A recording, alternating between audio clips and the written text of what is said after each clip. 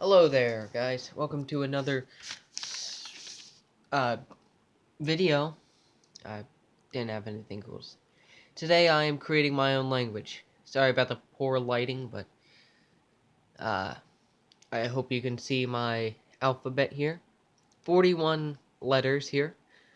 Uh, we've got consonants and we've got vowels up here. So what we're going to be doing is we're going to right now, I did this off camera, but we're going to be creating different words using the alphabet that I've created, and those words will correspond with the alphabet. And the goal of this is to draw a language, to make a language entirely one line. Earlier, here, I'll actually go get those real quickly. I actually earlier have created this here. I tried to make a one-line language. Nope, that's not. But I didn't get very far, as the concept I used was a little too, well, difficult to pull off. So what I'm going to be doing instead, the previous language, there was no alphabet. I think I could do that, but it would be very difficult and time-consuming to write out every single word as a different, basically, kink in the line.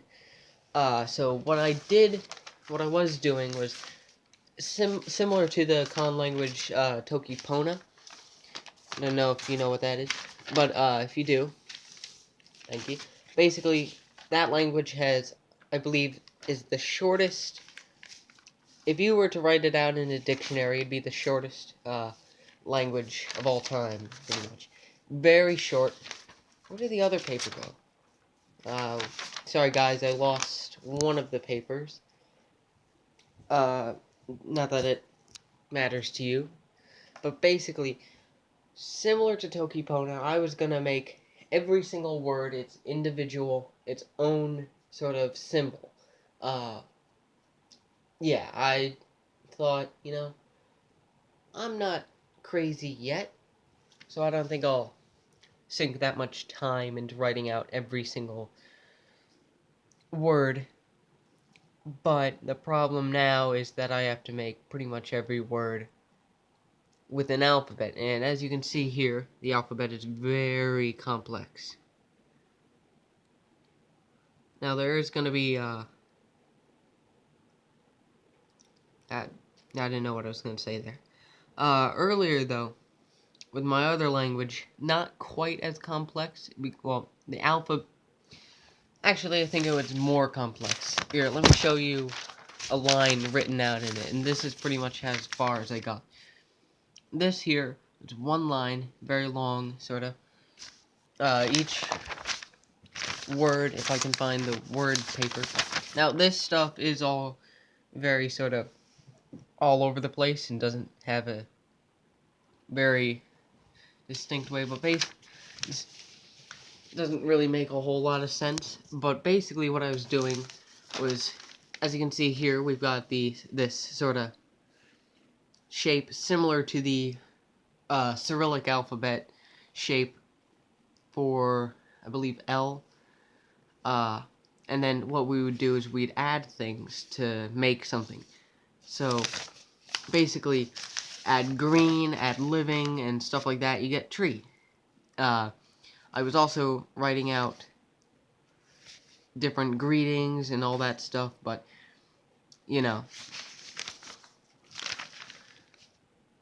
difficult to do. This is pretty much the only one, as you can see by the three. Only one of these papers I have, which this paper was going to be a very long, official document, writing down the official rules for the language. Now, you got, basically, you've got a noun. If you have a noun, you have to have different signifiers, like this here, I believe means it's a physical thing. This here, this little dude here, that means it's a living thing.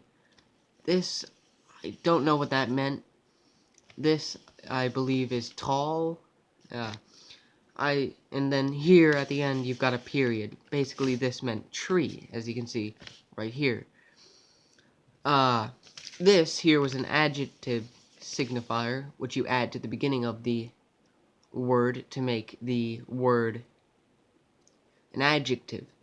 Now, in hindsight, I did not need any of that, but, basically, you know, I thought, if I'm gonna make words, I don't know.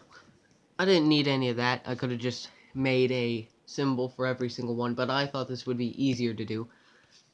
This here, so basically, if you sum it up, this is running, but a full body movement that is very fast. Running, no, that's a verb signifier. Yeah, not adjective. Adjective or something else. It was very similar shape, though, and that was one of the problems I was going to run into. It's very difficult to make a language without an alphabet. Then you have other things you can tack on. This, hi, or no. And if you were to add that to the thing, you could make specifically hello or no. This here is basically the simple version of what I was making earlier. Is basically means similar to the Hawaiian language with aloha. This means hello and goodbye. You add the different signifiers to the beginning to make it mean one specific thing instead of two possibilities. Now, the thing that these two languages that I'm writing out share in common is that they are primarily written languages, which is not very common. Mostly languages are spoken languages. Here, I'll show you. But with these ones, my goal with them was very much in a written language form. I could still bring this language back, but it would be very difficult and time-consuming. I know making a language is time-consuming, but this one, yeah, okay. This shows the basic outline of what it was. You've got nouns, you've got physical things, and you've got non-physical things. And then you go down, and I crossed all of these off because they did not need to be made. And, I did not really think all that much about what it would really equate to in the end. I've got sort of words, different words you add, and then where is the... Okay, here's the adjective sort of signifier. As you can see, all the different things kind of blend together into a big mess of words, but I've got the alphabet, and I'm going to start making words. I know there's all kinds of grammar and stuff, and I'll figure that out along the way, but, I think it would be a fun community project with all you guys, big community, to help me make this language. And that is why I am not going to do that. Instead, I will be making this on my own, without you guys. Because no one here watches my channel.